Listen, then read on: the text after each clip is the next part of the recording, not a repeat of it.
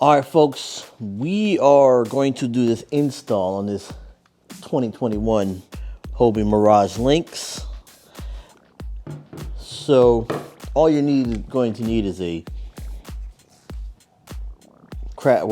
razor blade to cut the box open and a screwdriver. I'm hoping this is the right screwdriver, deep enough to get in.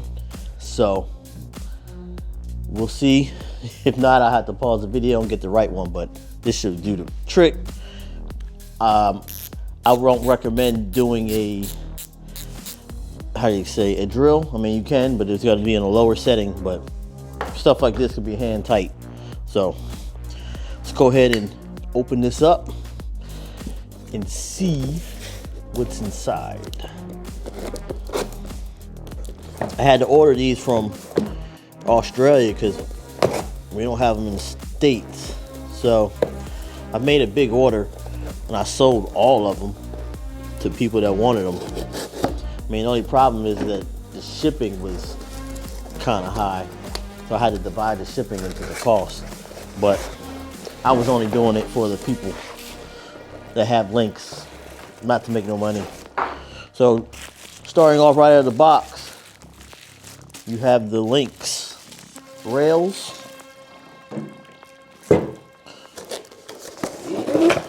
And then, nothing else in the box. You have the hardware with the T-bolts and the screws that go with it. So the biggest thing is you want to make sure everything is in here, because it's going to suck if you don't. And if you like one of those people that don't look at directions, then you want to watch the video. Hopefully this will help you. But right now you should have a total of 4 of these. The rail ends, which look like on the regular PAs and Outbacks and other, should have 4 of these.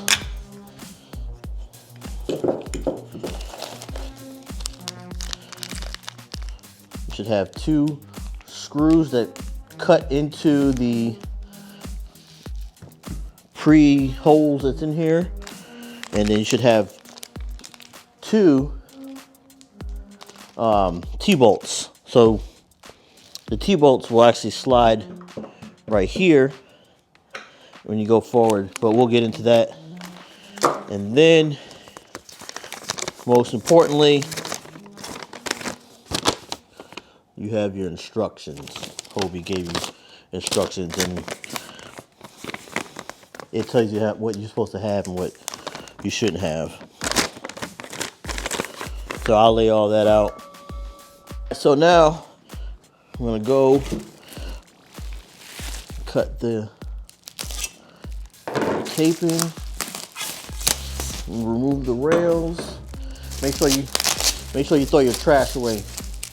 And if it's recyclable, make sure you recycle it. We don't need none of this stuff in our water. That's why Legion of Anglers does these cleanups over here in Maryland. We try to keep trash from the waterways. I mean, every little bit counts, so. All right, so what you're gonna do with this is you're gonna look at, each rail has a curve.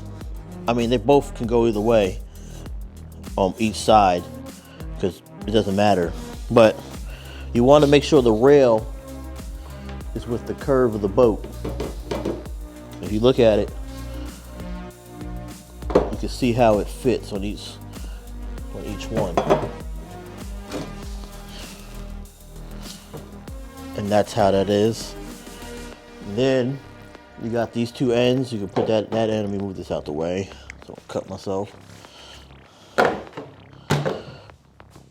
You got rail in here, rail in here, rail in here, rail in here. All right, now, oh, I need this again, sorry.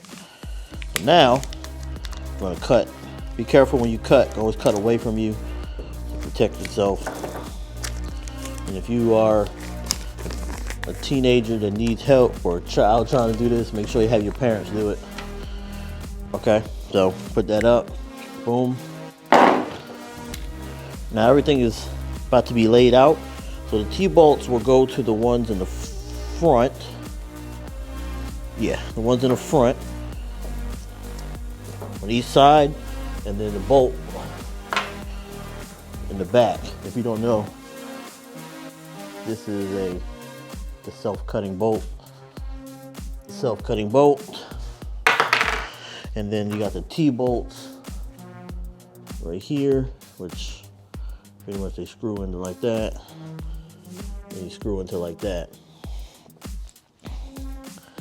All right, so now the first thing you want to do is you want to get your ends on your rail. I don't want this to fall.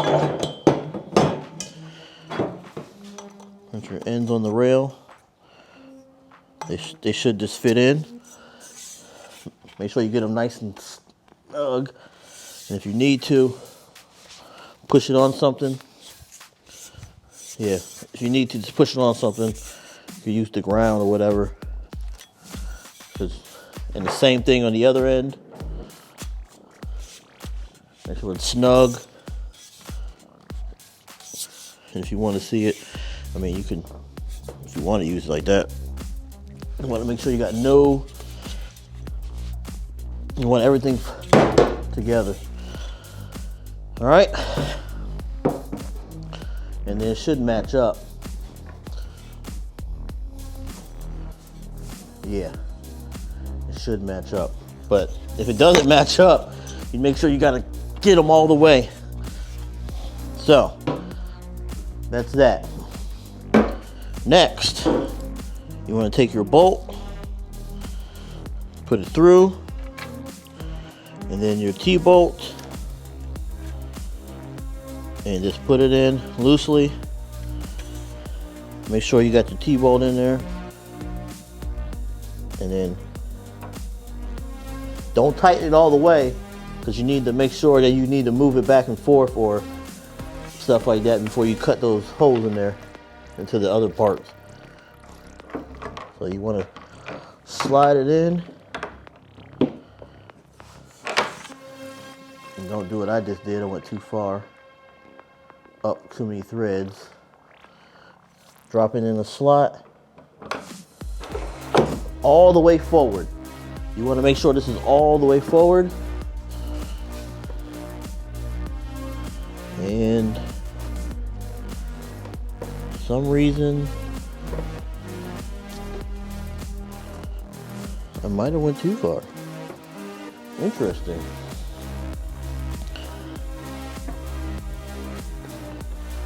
Huh. For some reason,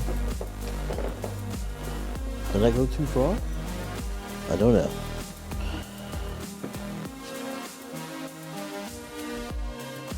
Oh, I think I got it. But yeah, all the way forward to that, which will be this. And you would put that into there. It drops in the hole. And I'm trying to figure out what is going on. Everything is loose, so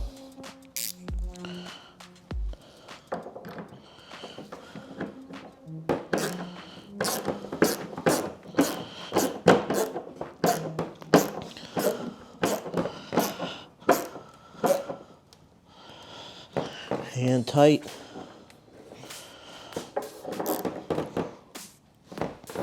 So that is good.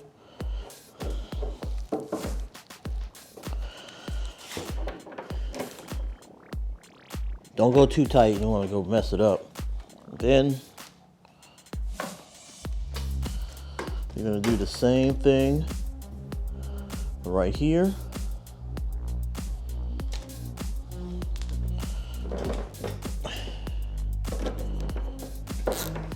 The T-bolt will tighten down. And that should be it.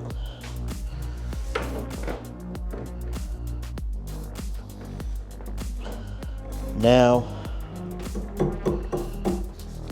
you just want to double check make sure it is good. Don't over tighten it too much. T-bolt is good. So that's it for that. Now, that eliminates the track underneath here. So, I mean, unless you have something that could fit in there and T-bolt and hang out, you might be able to, but you won't need that because in here you have the tracks, which drop in, boom, done. So now we're going to start on the other side, which is the same thing as you did on this side, and we'll go from there. All right, again, we're going to take this piece and get it in. Push it all the way forward. Same thing with the other side. Push it all the way forward. You should, if you need to, just, but if you do it right, you don't have to. Get the T-bolt, the bolt through. Don't thread it too much.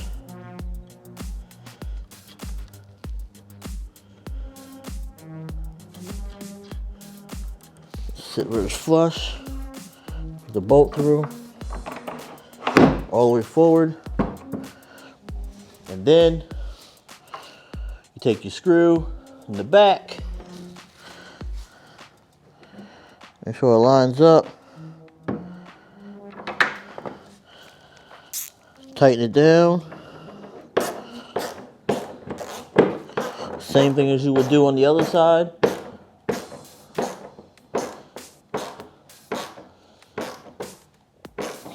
Make sure it's good and tight, don't over tight. All right. So once the T-bolt's all the way front, I don't understand this one, but maybe it's just how it came after the factory. But same thing, you're gonna tighten this down, hand tight, just enough. Don't strip it out, and that's it. You can actually pick up from it. It's pretty much in there. Make sure it's not loose. So this gives you options. Like I said, you got a bigger track for here. You can use a lot of track mounted accessories on this rail, and then this alleviates this under here. A must have. I actually want it for a reason. So hope you enjoyed this video. I mean, it's simple. I'm in the garage. It's cold. You can see behind me. You can see it from earlier. I got the Ike, which I got to build for that. So this will be part 2, because I did my walkthrough video of this. And like and subscribe, and watch this build as it goes along, and tell me what I should and can't do, or what would you like for me to do better, or what would you like to see. So again, leave that comment below. Peace.